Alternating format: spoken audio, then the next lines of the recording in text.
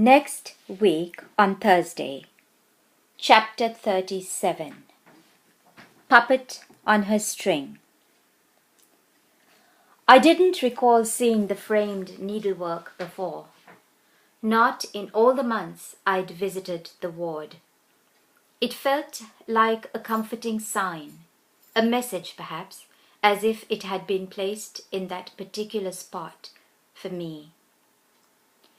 David's mom handed me a white envelope when the twins made their regular weekend visit to the grandparents.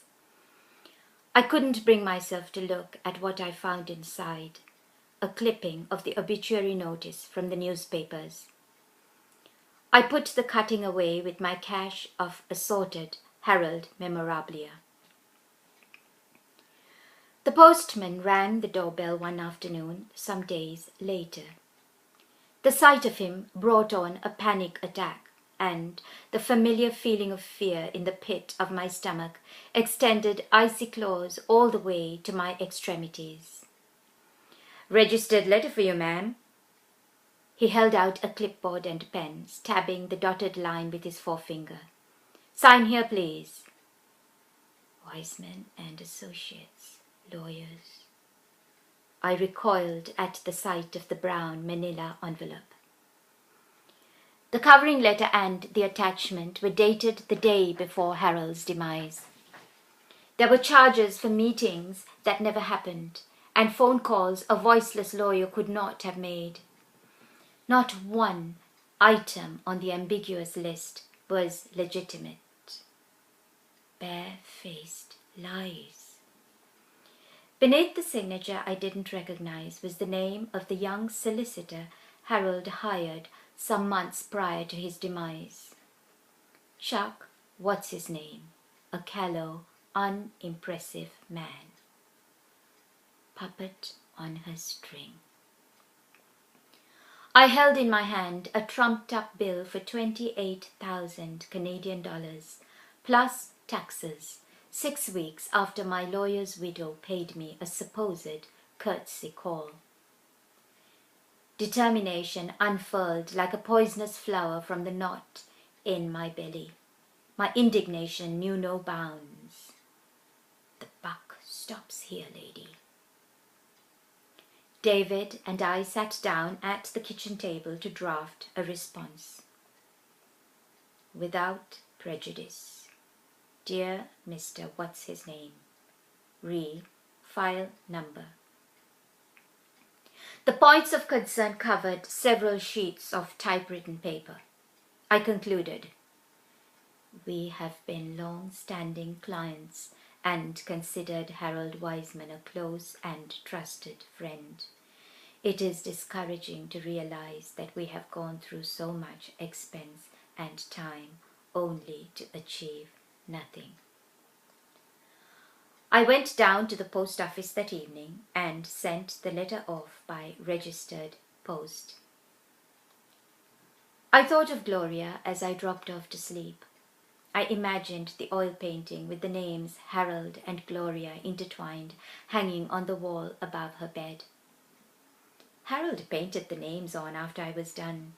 He hung the picture himself, I recalled Gloria telling me. I remembered how Harold's eyes filled with tears when he said, "I love my house." He was that house. He dreamed, breathed it into being. He willed himself to remain alive until the building was complete. Harold in my head made an unbidden appearance. He hadn't visited in a while. Gloria once had a serious cycling accident.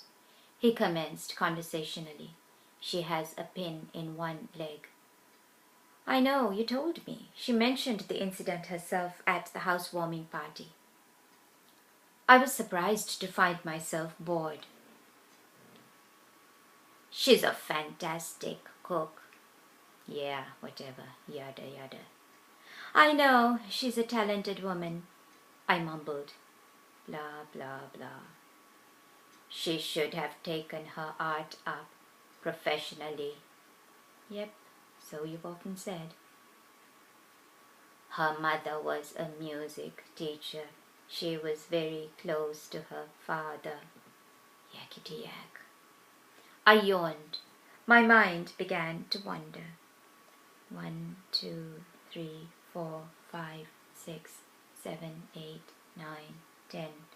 Counting fishies, counting piggies, counting sheep. I slept fitfully. My slumber was peppered with unsettling dreams. I made a follow-up trip to the post office the next week. The postal clerk showed me the delivery slip. The signature on the chit was Gloria Wiseman's. The weeks went by, and I felt more able to breathe. We began to make tentative plans for a future that wouldn't include the clinging leech of litigation. One blissfully normal day, the kind of day we had only just begun to experience after 4 years of unease, I was blindsided by an unexpected phone call. "This is Chuck, what's his name. May I speak to Selina?" Something about the voice put me on my guard. "This is Selina. There's a sum of $28,000 plus tax owing on your account and—" "What?" I remembered who he was. "Mr. Chuck, both my husband and I have spoken to Mrs. Wiseman about this matter. I responded to the outrageous bill in a lengthy letter addressed to you. I sent it out by registered mail several weeks ago." "What letter? I never received a letter from you." Oh dear God, I can't do this anymore. "The account was paid up in full before Mr. Wiseman died. I sent you a registered letter with documentation to prove this." My tone teetered on the cliff edge of cordial. What's his name carried on as if he hadn't heard a word. "The trial is coming up in the spring. I have to begin preparing. You are looking at about $70,000. "Who retained your services?" "Have you looked at my files, Chuck?" "No, not yet." "Are you familiar with patent and copyright law?" "No. Why?" This can't be happening.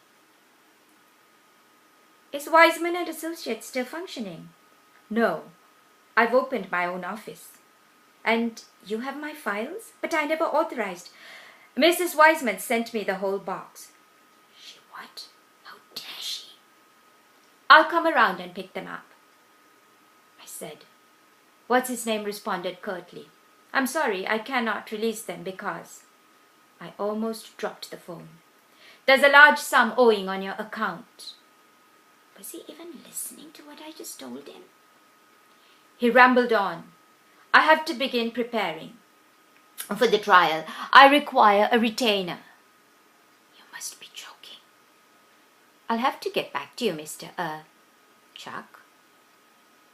The receiver went down with a bang, and I fell on my knees to the floor. My eyes ached with tears that wouldn't be shed. Pathetic Pollyanna.